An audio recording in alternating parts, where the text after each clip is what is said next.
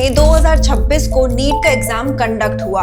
इस बार लगभग 22,79,000 स्टूडेंट्स ने एग्जाम्स दिए। सिर्फ इंडिया में ही नहीं बल्कि यूएई के सिटीज जैसे दुबई, शारजाह और आबू धाबी में भी इंडियन एस्पिरेंट्स एग्जाम्स हॉल में बैठे थे। ये देश का सबसे बड़ा मेडिकल एंट्रेंस एग्जाम माना जाता है और सबसे बड़ी बात ये है कि एमबीबीएस का रास्ता इसी एग्जाम से गुजरता है। कोई ऑल्टरनेटिव नहीं, कोई सेकंड ऑप्शन नहीं और पूरे साल में सिर्फ एक ही मौका मिलता है। इस साल एनटीए जो नीट कंडक्ट करते हैं, उन्होंने सिक्योरिटी को लेकर काफी बड़े क्लेम्स किए थे। हर सेंटर पर एआई पावर्ड कैमरास लगाए गए थे जो स्टूडेंट्स की मूवमेंट को मॉनिटर कर रहे थे। बायोमेट्रिक वेरिफिकेशन मैंडेटरी था, डिजिटल फ्रिस्किंग हो रही थी और सिग्नल जैमर्स तक इंस्टॉल किए गए थे।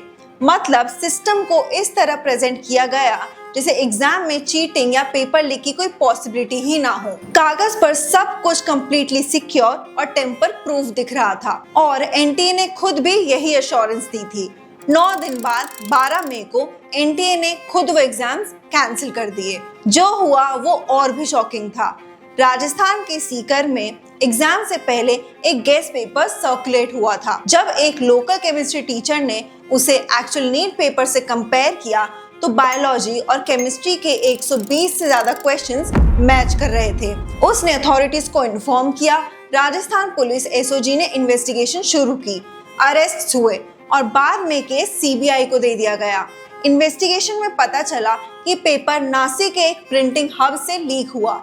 वहां से फोटोज लेकर एक अक्यूज ने गुरुग्राम के एक डॉक्टर तक पहुंचाया और फिर 26 अप्रैल को यानी एग्जाम से एक हफ्ता पहले राजस्थान के 2 भाइयों को बेचा गया 3 लाख रुपए में। सिर्फ इतना ही नहीं, पुणे का एक केमिस्ट्री प्रोफेसर भी अरेस्ट हुआ जिसका कनेक्शन एनटीए के इंटरनल प्रोसेस से था। वो स्पेशल क्लासेस लेता था जहां अलेजेड एग्जाम क्वेश्चंस डिक्टेट किए जाते थे और उसके hand written notes actual paper से मैच किए जाते थे। मतलब लीक सिर्फ बाहर से नहीं, सिस्टम के अंदर से हुआ था। आप जरा एक बार सोचिए कि उन 22 लाख लोगों की जिंदगी में ये खबर सुन के क्या हुआ होगा। ये वो स्टूडेंट्स हैं जो 3-3, 4-4 साल से सिर्फ इसी एग्जाम्स की तैयारी कर रहे हैं। कोटा में रहते हैं, घर से दूर, महीनों तक माँ बाप से नहीं मिलते क्योंकि टिकट के पैसे भी बचाने पड़ते हैं और घर वालों ने भी सब कुछ दांव पर लगा दिया होता है। किसी ने उधार लिया है क्योंकि एग्जाम सेंटर दूर आया, तो किसी ने गोल्ड बेचा, किसी ने जमीन गिरवी रखी। ये एग्जैजरेशन नहीं है, ये इंडिया की रियलिटी है। यहाँ डॉक्टर बनना सिर्फ एक बच्चे का सपना नहीं होता, पूरी फैमिली उस सपने में अपनी पूरी जिंदगी जोड़ देती है। और इस सब के बीच में एक चीज है जो कोई नहीं बोलता। काफी बार ये कंफ्यूजन होती है कि क्या मैं एक्चुअली यही करना चाहता था या सिर्फ इसीलिए कर रहा हूँ क्योंकि यही नॉर्मल है मेरे आसपास। अगर ये सवाल कभी आपके भी मन में आया है या अभी आ रहा है तो कॉलेज विद्या का करियर फाइंडर टूल ट्राई करो। ये कोई कौन सा करियर चूज करूँ वाली जेनरिक लिस्ट नहीं है। ये एक 25 मिनट का साइकोमेट्रिक टेस्ट है जो आपके एक्चुअल स्ट्रेंथ्स, इंटरेस्ट और पर्सनालिटी के बेसिस पर बताता है कि आपके लिए जेन्युइनली कौन सा करियर पाथ फिट हो सकता है। लिंक डिस्क्रिप्शन में है।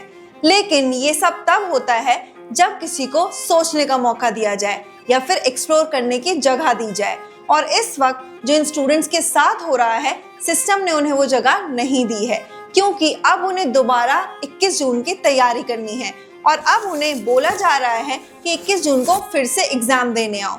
मतलब फिर से ट्रेन, फिर से होटल, फिर से वही सब खर्चे जो एक बार हो चुके हैं। एनटीए ने अपनी ऑफिशियल स्टेटमेंट में खुद लिखा कि retest creates stress and inconvenience for students and families. उन्होंने ये खुद माना। तो सवाल ये है, ये स्ट्रेस और ये इनकन्वीनियंस क्रिएट किसने की? और अब वो बात जो मुझे सबसे ज्यादा अंदर से डिस्टर्ब करती है। क्या आप जानते हैं कि एग्जाम सेंटर्स पर स्टूडेंट के साथ क्या होता है? हाफ स्लीव कपड़े मैंडेटरी होते हैं क्योंकि फुल स्लीव्स में कुछ छुपाया जा सकता है।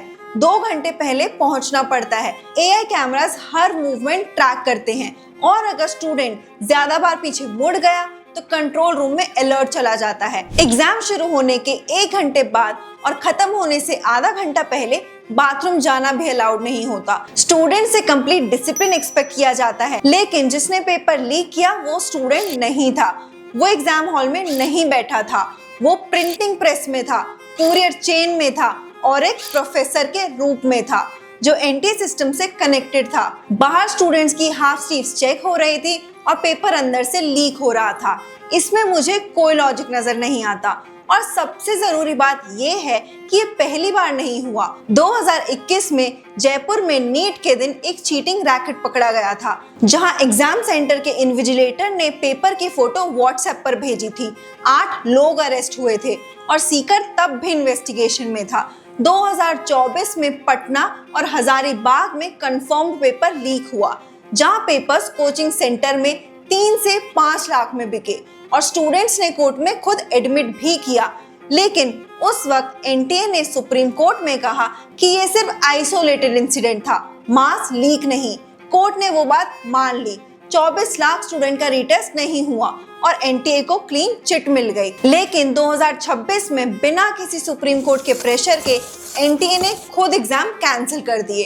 तो सवाल ये उठता है, अगर 2026 में कैंसिलेशन जरूरी था तो 2024 का लीक कितना आइसोलेटेड था? ये सवाल मैंने खुद से पूछा और मुझे इसका कोई ठीक जवाब नहीं मिला, शायद आपको भी ना मिले। और अब एजुकेशन मिनिस्टर ने अनाउंस किया है कि 2027 से नीट कंप्यूटर बेस्ड होगा। लेकिन इस साल के 22 लाख स्टूडेंट्स का क्या? जो उनके साथ हुआ उसका जिम्मेदार कौन है? और अगर ये चेंज अब पॉसिबल है तो 3 मेजर इंसिडेंट्स के बाद ही क्यों, पहले क्यों नहीं? कॉम्पिटिटिव एग्जाम्स का प्रेशर इतना इंटेंस हो चुका है कि धीरे धीरे स्टूडेंट्स की पूरी आइडेंटिटी उस एग्जाम से जुड़ जाती है। मैं नीट एस्पिरेंट हूँ, ये सिर्फ प्रिपरेशन नहीं, एक इंसान की पहचान बन जाती है। और जब कोई 3-3 साल तक अपना टाइम, पैसा, रिलेशनशिप्स सब कुछ एक ही एग्जाम में लगा दे और फिर वो एग्जाम अचानक कैंसिल हो जाए, तो जो महसूस होता है वो सिर्फ डिसअपॉइंटमेंट नहीं होता। सीकर में एक 22 साल का स्टूडेंट था। उसने 3 मई को एग्जाम दिया और वो बहुत खुश था। लेकिन जिस दिन 21 जून की रीटेस्ट की डेट अनाउंस हुई, उसी दिन उसकी सुसाइड की खबर आई। डॉक्टर बनना इस देश में सिर्फ टैलेंट का काम नहीं है, एक पूरी फैमिली की मेहनत, पैसा और भरोसा चाहिए होता है और वो भरोसा बार बार टूट रहा है।